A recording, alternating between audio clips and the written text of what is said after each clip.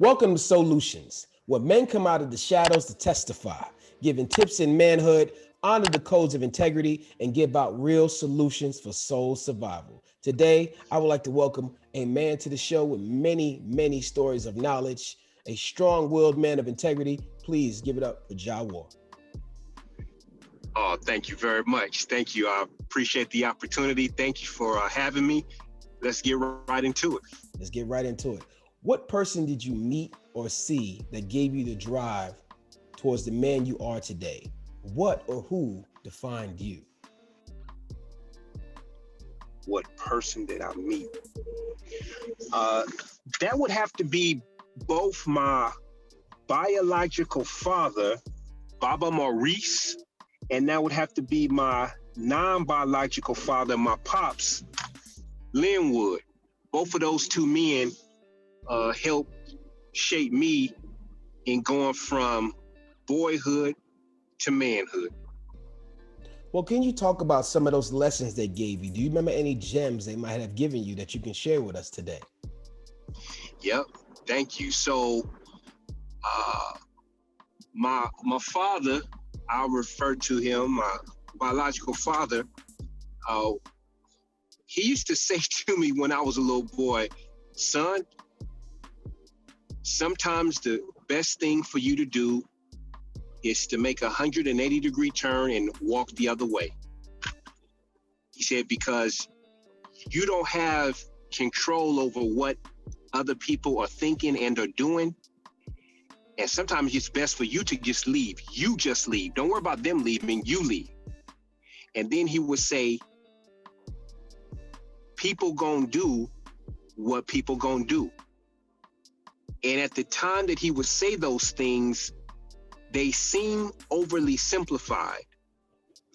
But brother, when you go and you experience life and you go through certain situations, circumstances, and or conditions, those seemingly oversimplified phrases and the words, in some instances, will save your life. Will save your life. I absolutely agree with what he told you. Can you give us a small story where you applied those techniques and now in the hindsight of it all, you now say, hey, I made it? Yep. So, the other half or the complementing self of a man is a woman. And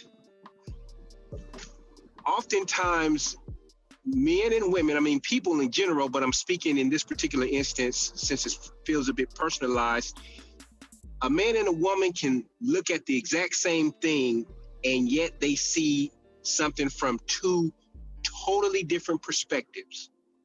And energy can get very high, emotions can get high, temperaments can flare, heartbeats can increase, things of this nature.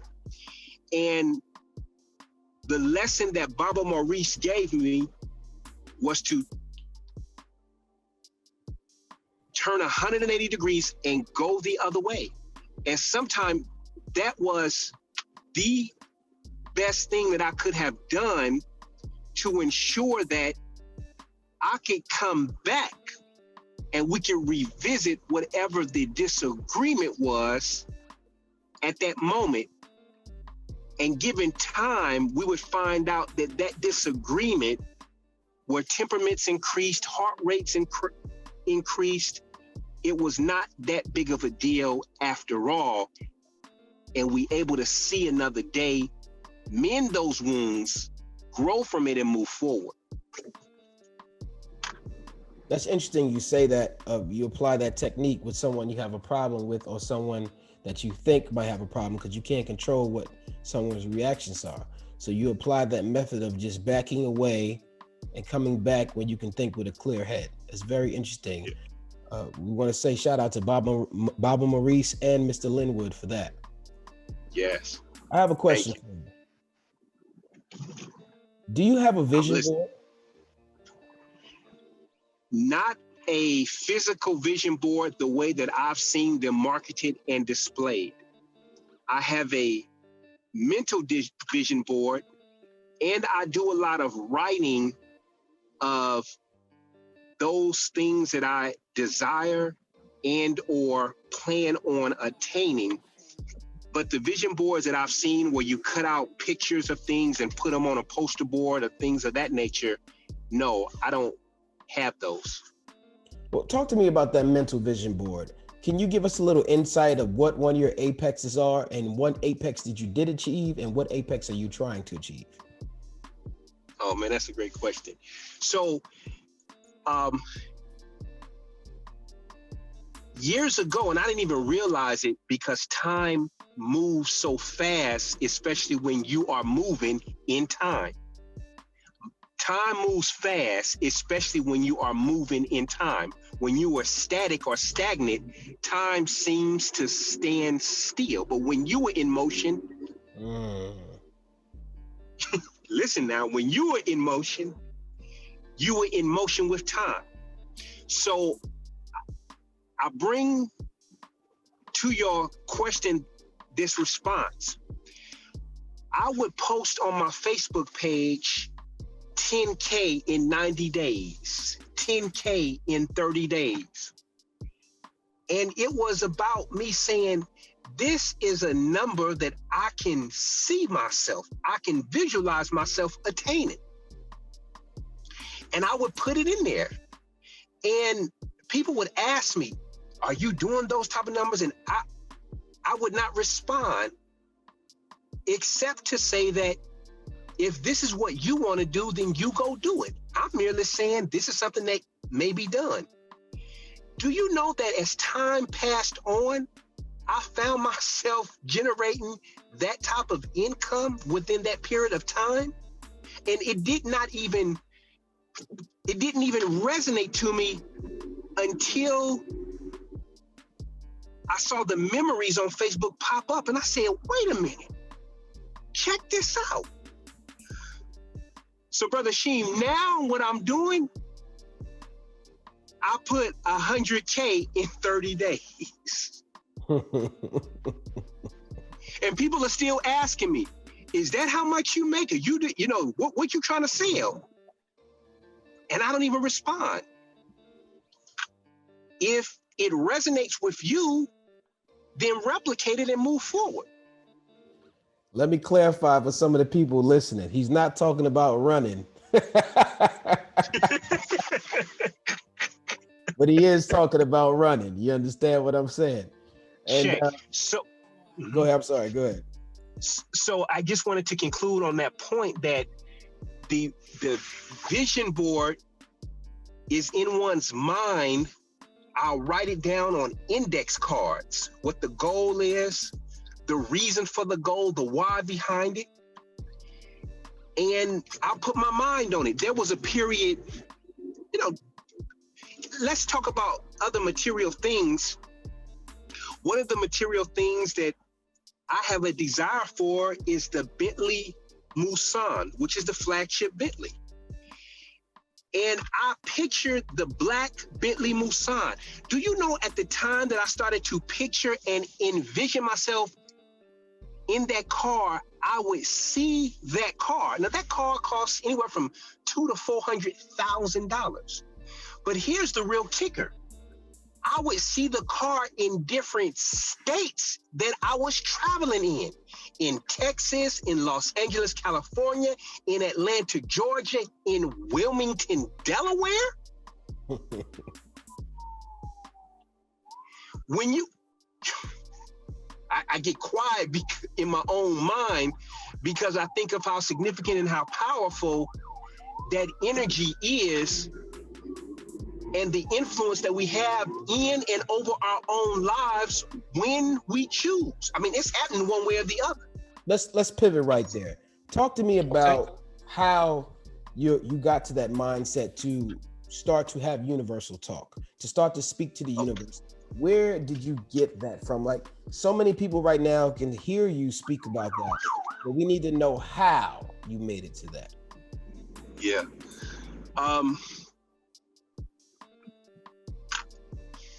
I am almost not wanting to say, to make sure that I say it correctly. Each of us have the influence and the power to do that thing. What makes one special is recognizing that power and then making a concerted effort to seek out the science and wisdom of doing a thing. I want to repeat that. Each of us have the power and influence. It's there. It's like, if you have legs, you can walk. You know, as long as you have the apparatus with the vocal cords and the vocal box and that sort of thing, and a tongue, cheeks, and mouth, you can talk. That same thought process, that same pattern, that mechanism is in every human being. Being, that's what you are being. What I did unknowing to me as a child was that I honed in on the skill early on. So, it's a very specific point. I grew up with a severe speech impediment. I stuttered. I would talk like this. I mean, I stuttered to the point that my mother, Miss Mona, took me to one of the specialists when I was a child in the state of California to see how some form of correction would come of my speech. And children would laugh at me because children do those kind of things. I made it up in my mind as a child that one day I would speak eloquently without reservation or hesitation at the drop of a thought of a dime. And that I would be able to use the English language as my playfield to verbally destroy someone without using one profound word in the sentence and or paragraph. So it started then, and it just grew over time. Each of us possesses that skill. Most of us do not use it for our betterment and empowerment. You're rolling me right through my questions, and I appreciate that. My next question was going to be, how early did you start goal setting? But that unique story alone, how you overcame a stutter and overcame bullying from that, and overcame the fact that you can focus your mind on being the God-like person inside of you for your light to shine even further. It's all about what you feed, right? What will grow. And that's what people need to understand. We have so many different branches or roots inside of us, and some of us are force-fed different things to grow the wrong side of our mentalities. And you early on, Miss Mona, your mother, she fed you the right source of right fruit.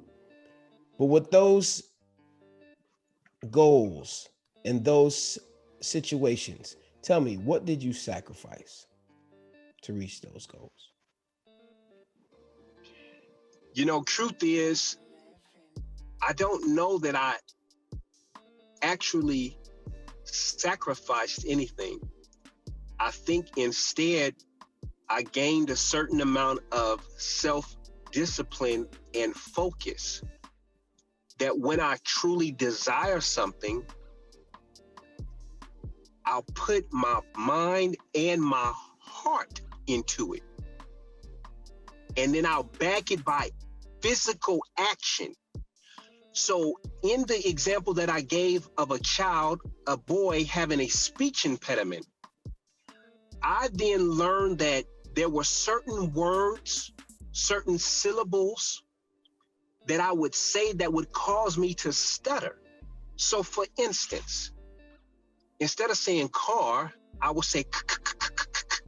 So I knew that that word, that letter C sounding would cause me to stutter. So I said to myself, what's another word for car? I said, oh, automobile. What happens though is when you substitute those words, you then sound different because people are not accustomed to using the word automobile in their everyday conversation. So you say, oh, I like that automobile. And they say, why don't you just say car? Well, I didn't have time to explain to people why I didn't say car. I just know I like that automobile. You know, that automobile is mine. I want a black automobile. So later on, all those things that were planted in me through that experience came forth in the 3-step success system that we call TPE: think, plan, execute. Think about what you want to do, plan out how you're going to do it, and execute doing it. Take physical action. The thinking was making a decision that I was going to speak fluidly. The planning was then researching, going through a dictionary in a thesaurus in my quiet time by myself without my parents knowing, looking up new words, planning on what I was going to do, and then executing, using those new words, expanding my vocabulary that gave me verbal gymnastics: thinking, planning, executing. Later on, I came up as an adult with think, plan, execute. And right now we are thinking and we are planning, we are executing this podcast as we speak, and I am enjoying it. Indeed so. Indeed so. You are so right. A lot of people don't use the word automobile, but it's sort of like when you speak of that approach, it makes me think of chess. And I'm not sure if you're familiar with the game, but there are many different strategies which you can approach certain things. And I think a lot of people are running into that pivot because I believe with technology, a lot of us are forgetting how to spell. So we do certain things like, let's take the word congratulations. A lot of people write congrats because they don't know how to spell congratulations. Right? So they pivot and they find different ways. But you yourself took your godlike energy and created a new pattern. And I hope people learn from that they can use different words or different situations to come around to the same recipe. And you can be unique by doing it. Indeed. Indeed. Let's get a little personal if you don't mind. Think, plan, execute. Throughout that series of steps that you take to execute that plan, what was your lowest moment where you applied that plan? And we're talking lowest moment here, and you have to, if you feel like it, please let us know how you got up from your lowest moment when you thought, planned, and executed to get out, because we all hit a wall. My lowest moment was not long ago when I found myself homeless, sleeping on a park bench near a river, getting eaten up by mosquitoes. I was going through a time mentally, spiritually, emotionally, financially, physically, and the walls of my life came crumbling and crashing down. And then I found myself in a homeless man's shelter. And as I looked around, it's like, what's the fella that got knocked out not too long ago in the ring? Nate Robinson. Nate Robinson. Love you, Nate. Brother. We love you. My son, young King Aiden, was next to me. He said, "Baba?" I said, "Yes." "Is that man dead?" I was thinking to myself, I hope he ain't dead, because it's gonna be messed up. You're explaining this to my son. But I said, "No, son, he just he's sleeping a little bit, you know." But I bring up Nate because that's seemingly how my life was. I got hit. Boom. I'm stumbling around. I get up. Boom, get hit again, stumbling around. And then on that second hit, when you looked at Nate's face, you knew his spirit got taken out of him at that time. It was this, if you look at his face, go back and watch it. That second hit, when he hit the canvas, he lost the fight then. It was the third knockout that was the final straw, but he lost the fight when he got knocked down the second time. You look at his face. And that's what happened to me. And I said, damn, I'm in a homeless shelter, man. What is going on here?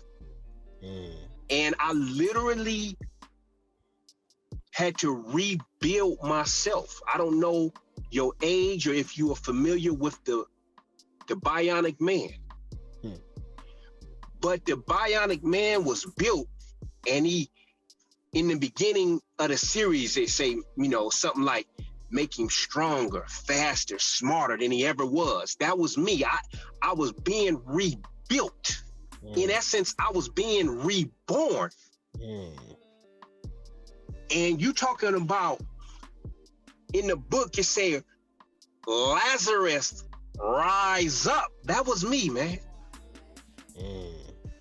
Jah warrior, rise up.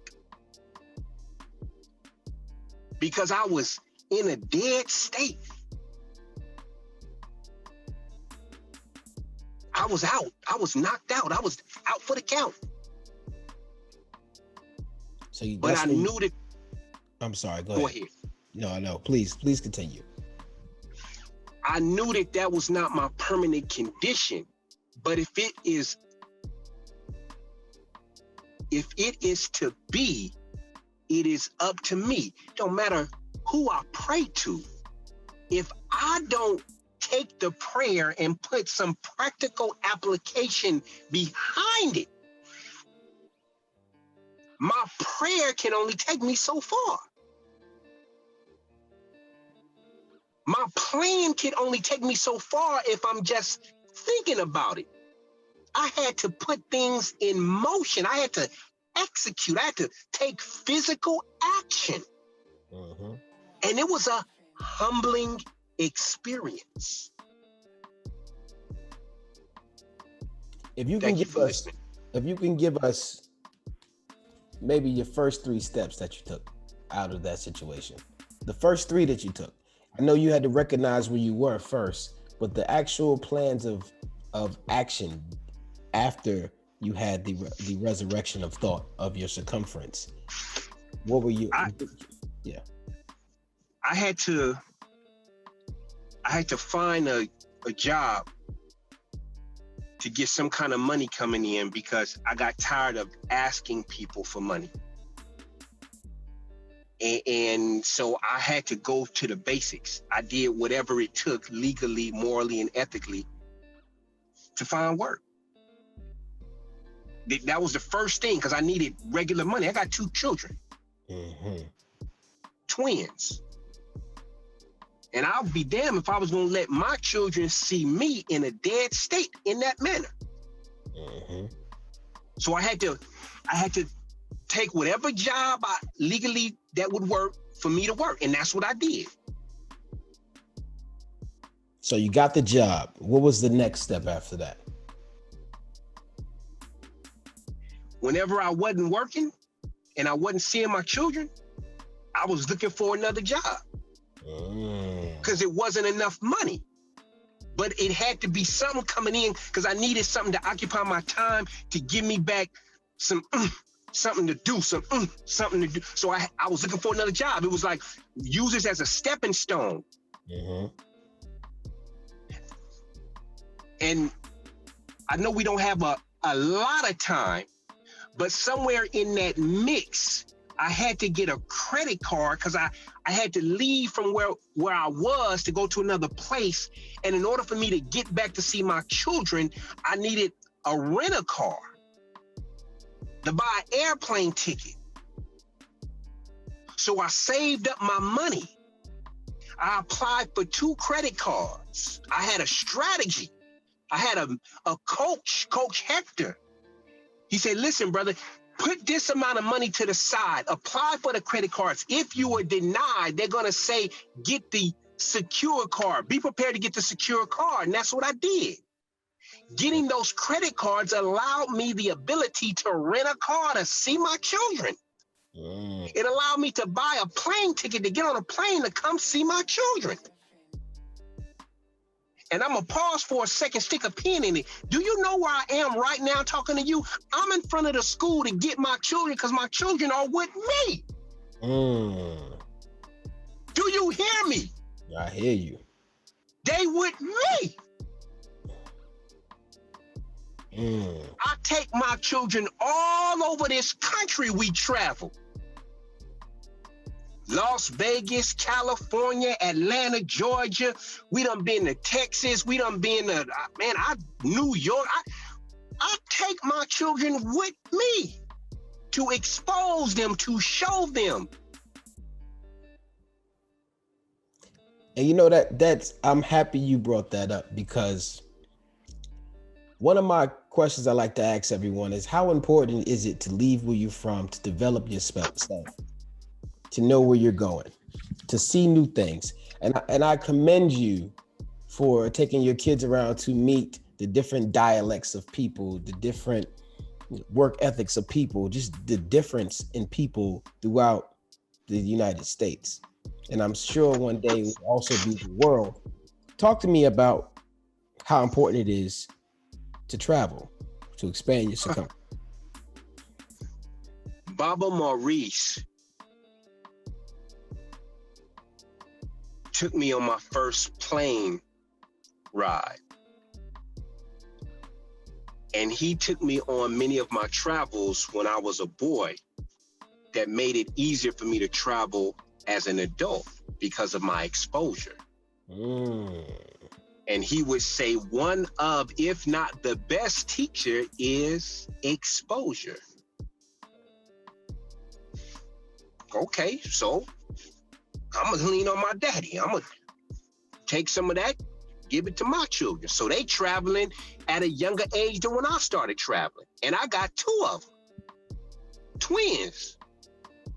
So when we go places, not only are they able, when those family members are there, to meet additional family members and know of them, they are putting that all into their circumference of knowledge. So when they're in school and they're learning about states, say, oh, California, I've been there. Oh, Texas, oh, I've been there. Oh, New York, oh, I've been there. Oh, Atlanta, oh, I've been there. And they have experiences that they can relate that helps them with the mathematics, because when we are traveling, they're asking questions and I'm impregnating their mind that every single thing is math.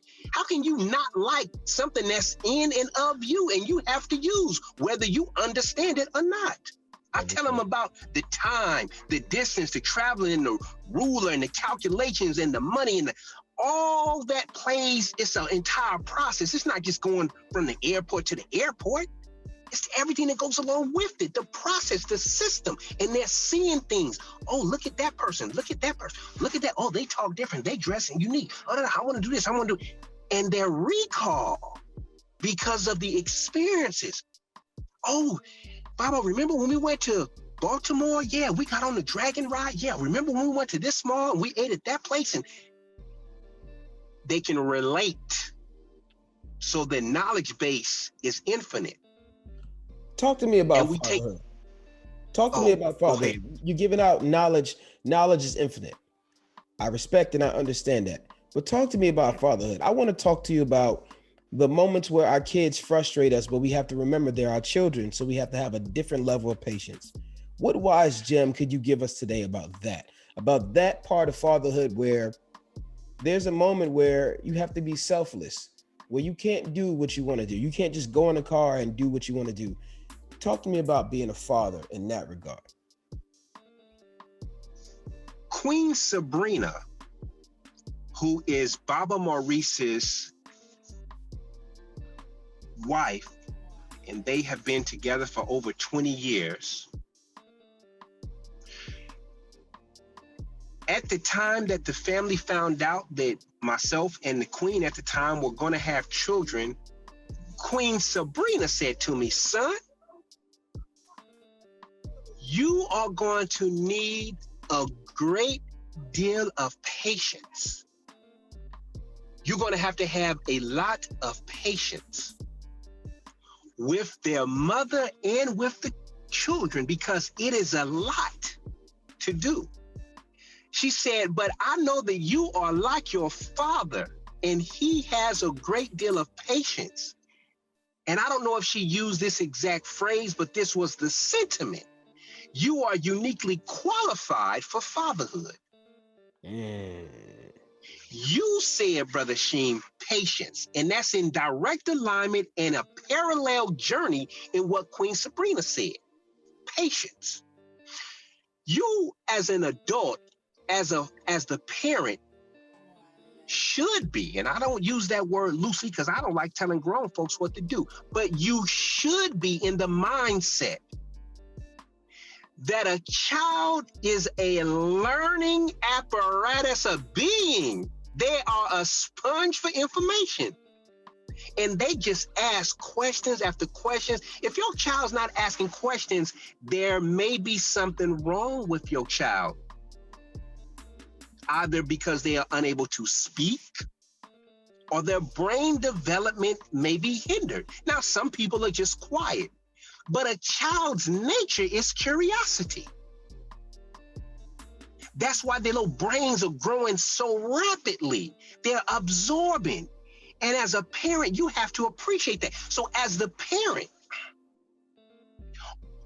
if you are not yet a parent and your finances are not what they need to be, I would say to you with great enthusiasm, position yourself as though you are going to have a child in the near future so that you can invest quality and ample time with your child, especially in the first from 0 to 5 years or so. Those years are most important. That's laying the foundation for who your child will become emotionally, mentally, spiritually, physically. We all grow and do what we're going to do, but you want to plant the equivalent seeds of greatness in your children. My son and daughter, they both do push-ups every day. My daughter, she does the same amount of push-ups as her brother. Because we don't get caught up in that game. She's a little girl. What does that mean?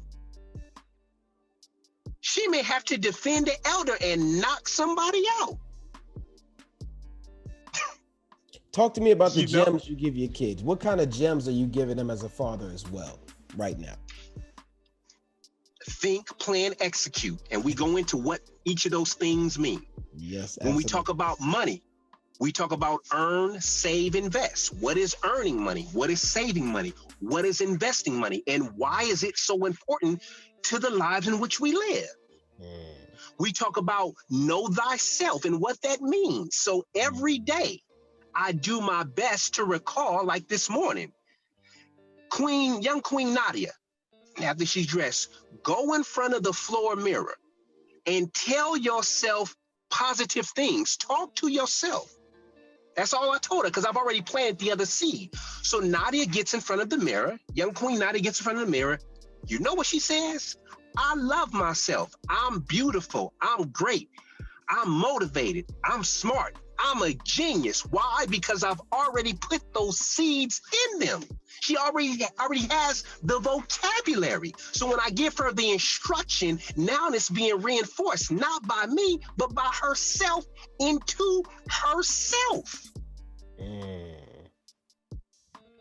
When we buy dolls, I made it a point. We buying black and brown dolls. I don't give a damn what nobody say. That's what we buying. They got enough influence from other people around them in the world we live. So all the dolls that come into my house are black and brown.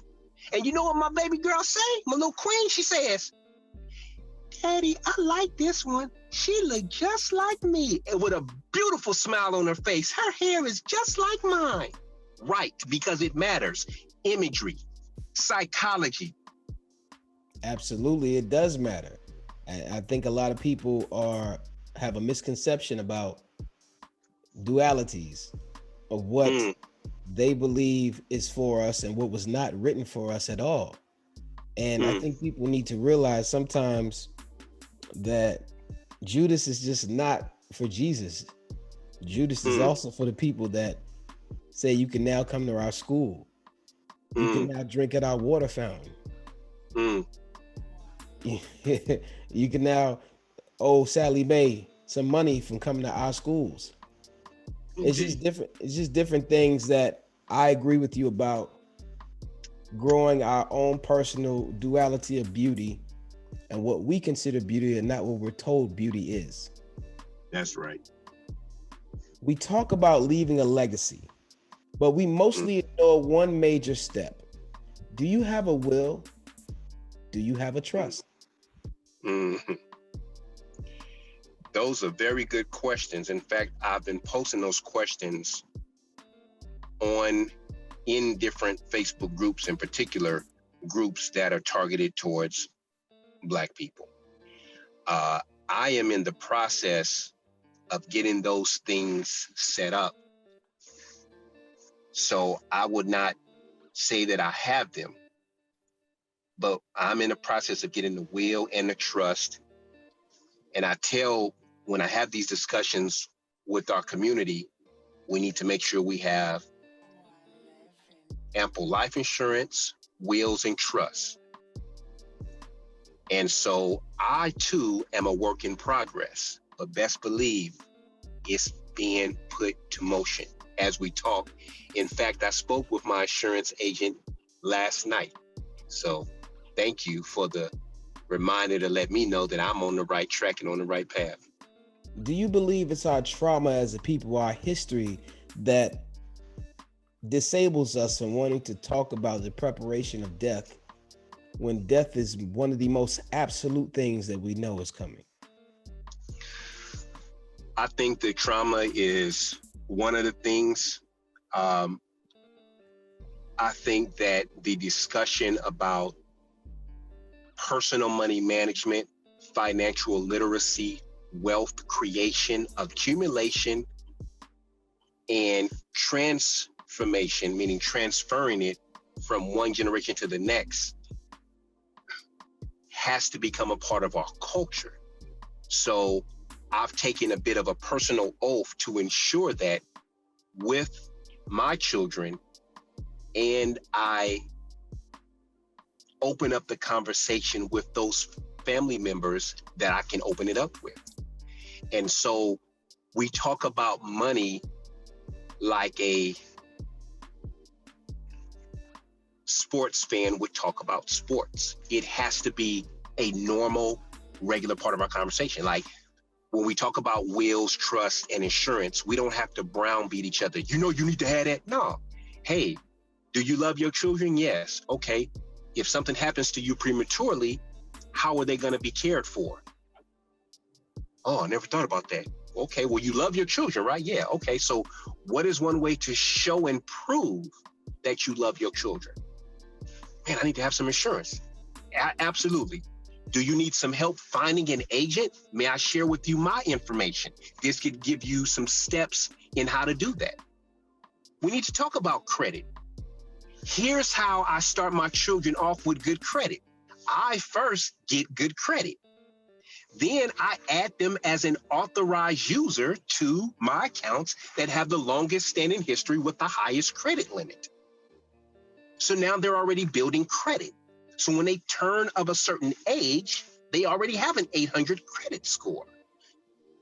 Not to mention, whatever we use on a regular basis, Android, Apple, you buy Nike, Adidas, whatever your commercial thing is, whatever store, Walmart, Target, I don't know. I'm not promoting the companies. I'm only saying whatever you use on a frequent basis. And that's what you consider buying stock in. Once you have your income straight, you got your life insurance, you know what I mean? Don't go making investments and you don't have any life insurance, because life insurance is an investment. Some of these things, they just follow in a sequential order. It is what it is. And we make it a part of the culture. So my brother, do me a favor one more time. Repeat those steps, because I think people need to hear what you just said about those steps. Very important steps to make. Okay. So the first thing is you have to have some form of earned income. You got to generate money. Once you do that, you need to have life insurance. The younger you are, and in the better your health, i.e. non-smoking, don't whatever, got other stuff going on with you, you can get a policy for a relatively low amount of money to start. One of the books that one can read to help out with that is called Millionaire by 30.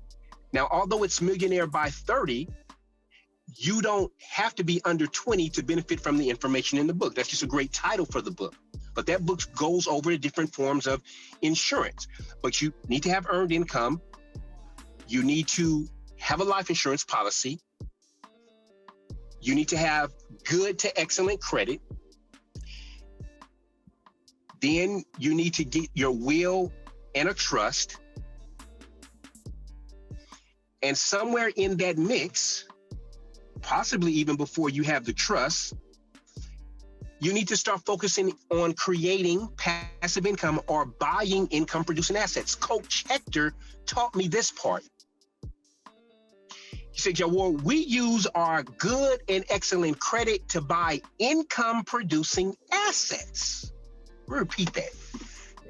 Jawar, we use our good and excellent credit to buy income producing assets.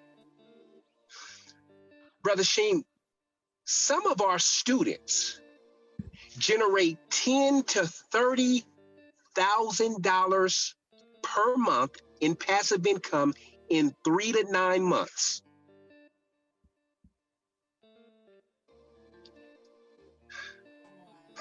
Hey, that's great. I mean, but here's the question I have for you behind all of that, around the circumference of financial stability, around us growing as a people.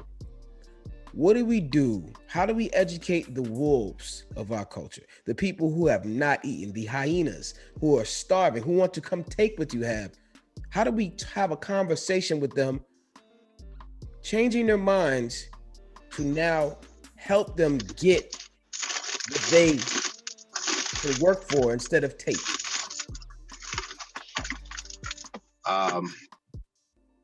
First, you have to let people know that whatever that they want, they can have in this lifetime. You know, that's the first thing. And then you have to let them know that there's going to be work involved. Everybody has to do their work.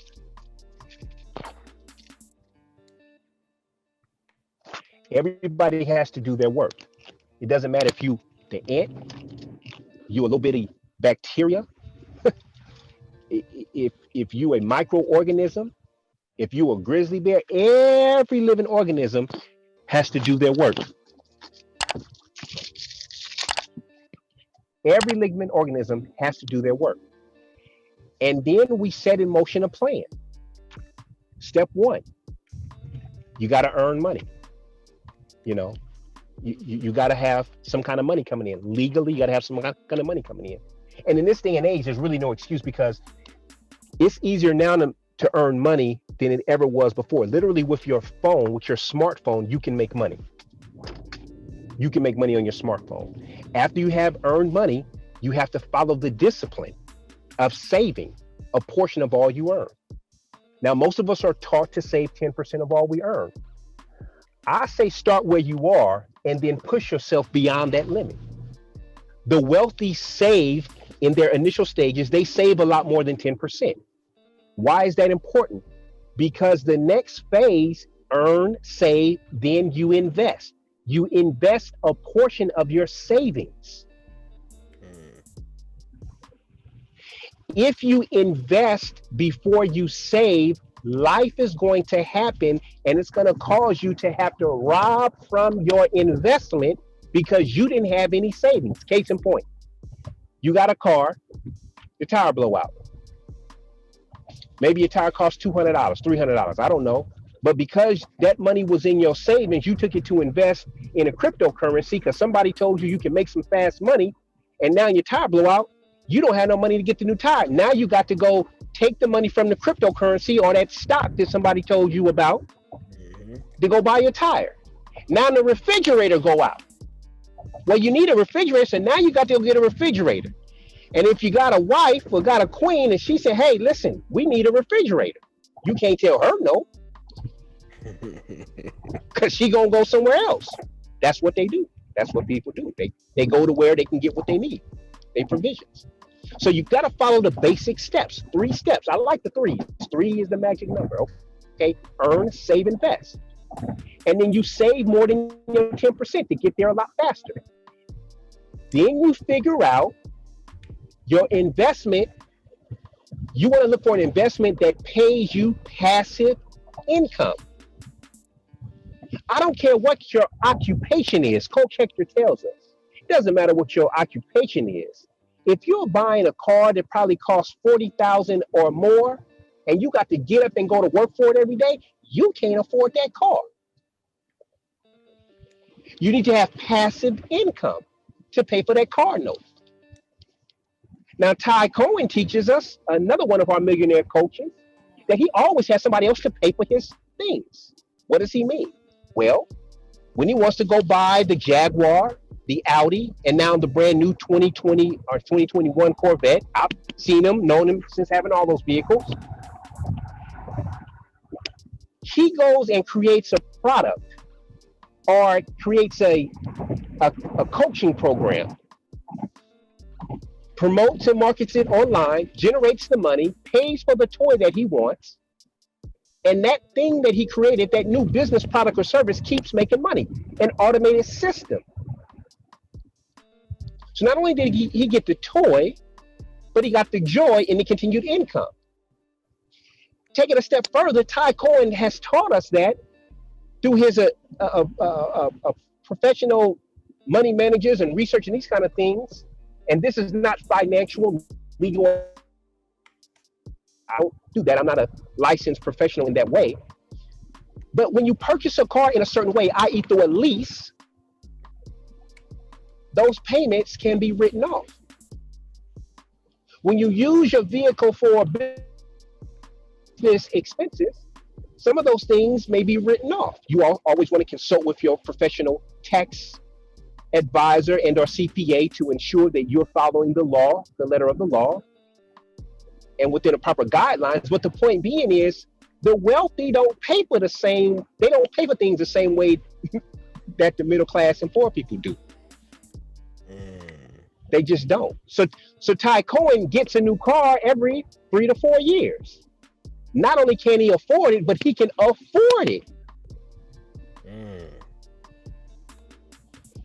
See? So it's a system and a methodology. One of the most important things that we are not taught, and I want to say this to you, good brother, because I am knowing and believing based on this conversation that you are one that's entrenched in this philosophy, is that personal growth and development is directly tied. Personal growth and development is directly tied to this entire conversation of increased financial prosperity, a better mindset, a better health, a better being, a better family, a better community. All this is tied to personal growth and development. Absolutely. And as my great-great-grandmother, Maddie Burrell, peace be upon her, say, as long as I'm living, I'm learning. As long as I'm living, I'm learning. Let's talk husband and boyfriend and validation information. Let's start with this. What does someone do when there's someone's preparation but not their destination in a relationship? That's deep, brother. Make it plain to me. Well, sometimes a man can date a woman and let's say she upgrades him and he upgrades himself from her upgrade. And then they reach a breaking point where another woman comes along and now the one who did all the work is not the recipient of the long-lasting love of the information that she taught him, because the next woman was able to uplift that man further than what she could. The feeling of that, do men realize that happens? Should we care? Should we stay put? That's a great question for which I don't have much experience in. Absolutely. And so what I do not want to do is to pretend that I'm all knowing. I could have an opinion, but I would prefer to let the next guest deal with that because they'll probably be better qualified than I. Well, let me ask you this question. Validation Okay. from your partner. It's like Okay. you win a championship when you meet the right woman, but often we forget to defend the title. And what I mean by that is we start to relax a little bit after we've earned that woman's trust, love, and confidence. We stop working out as much. We get a little bit lazy, but there's a whole world out there where you compete. You should be competing with the best versions of yourself to be better. How important is validation? How important is it to compete and continue to win her heart in that championship and keep yourself in the best conditions? Yes. I think each of us like a pat on the back, a good word, to feel as though we're making the right decisions and headed in the right direction, right? And it probably starts when we are young, one way or the other. I noticed that my children like to be commended when they do something good. You want to reward them. So they come to expect that. And that's okay. Except for as they become older, that can't be the thing that triggers them to do what they need to do for themselves. They have to get to a point, they have to grow out of that mechanism into a point that it doesn't matter what anyone says. Mm-hmm. You got to learn how to self-validate based on your being. The only you and only you on this planet Earth. There has never been none like you. There will never be one exactly like you after you're gone. So says the fingerprint that are different amongst everybody, to the best of my knowledge, or the best technology that we have today. Yep. There's no With that being said, thank you. With that being said, if a person does not validate you, that should not persuade you one way or the other. Elaborate on those that. Those are external influences, and any living organism one day will pass through this journey and cease to exist in this physical form. So to put your validation in something outside of yourself that you simply have no control over, that could send you in the wrong direction one way or the other. See, because if you expecting people to do something and they don't do it, you upset. Mm-hmm. Right? If you got accustomed to something, hold on for a moment. What's wrong, Nadia? Take your coat off. Why don't you just say that you're hot? Okay, well, you have to communicate. If I don't, you making noises doesn't help me. You got to talk. Aiden, are you hot? Okay. That's all. My son does that's it. My son does that. See? My son does not. I'm like, why don't you just say something? Yeah, right. But that's what the good parenting is, right? Pull up the trigger and then reminding them over and over again. It's the repetition over and over. The patience. And you say, well, why do you keep doing it? Well, listen, we can say why I keep doing it, but or she doing it, but that's what they do. Mm-hmm. Our job is to have patience and to see them through. So that when they're not with us, they will ask for what they want. They will articulate themselves, knowing that other people may not care. Or they just focus on something else. They don't even, realize what's going on, so to speak. I know I cut off the point, but at the end of the day, one should seek validation from their self, and that's it. Any other validation that comes is a nice gesture, but it should not tip the scale one way or the other on how you feel about yourself, how you think about yourself, how you see yourself, or anything of that nature. Absolutely. I do agree with that 100%. Well, we have one more thing to talk about, and that's it. And we can let you get on your way. I came up with something called operating at 100%. And what I mean by that is I came up with 5 things which are subjective, where each of them are worth 20% each to operate at 100%.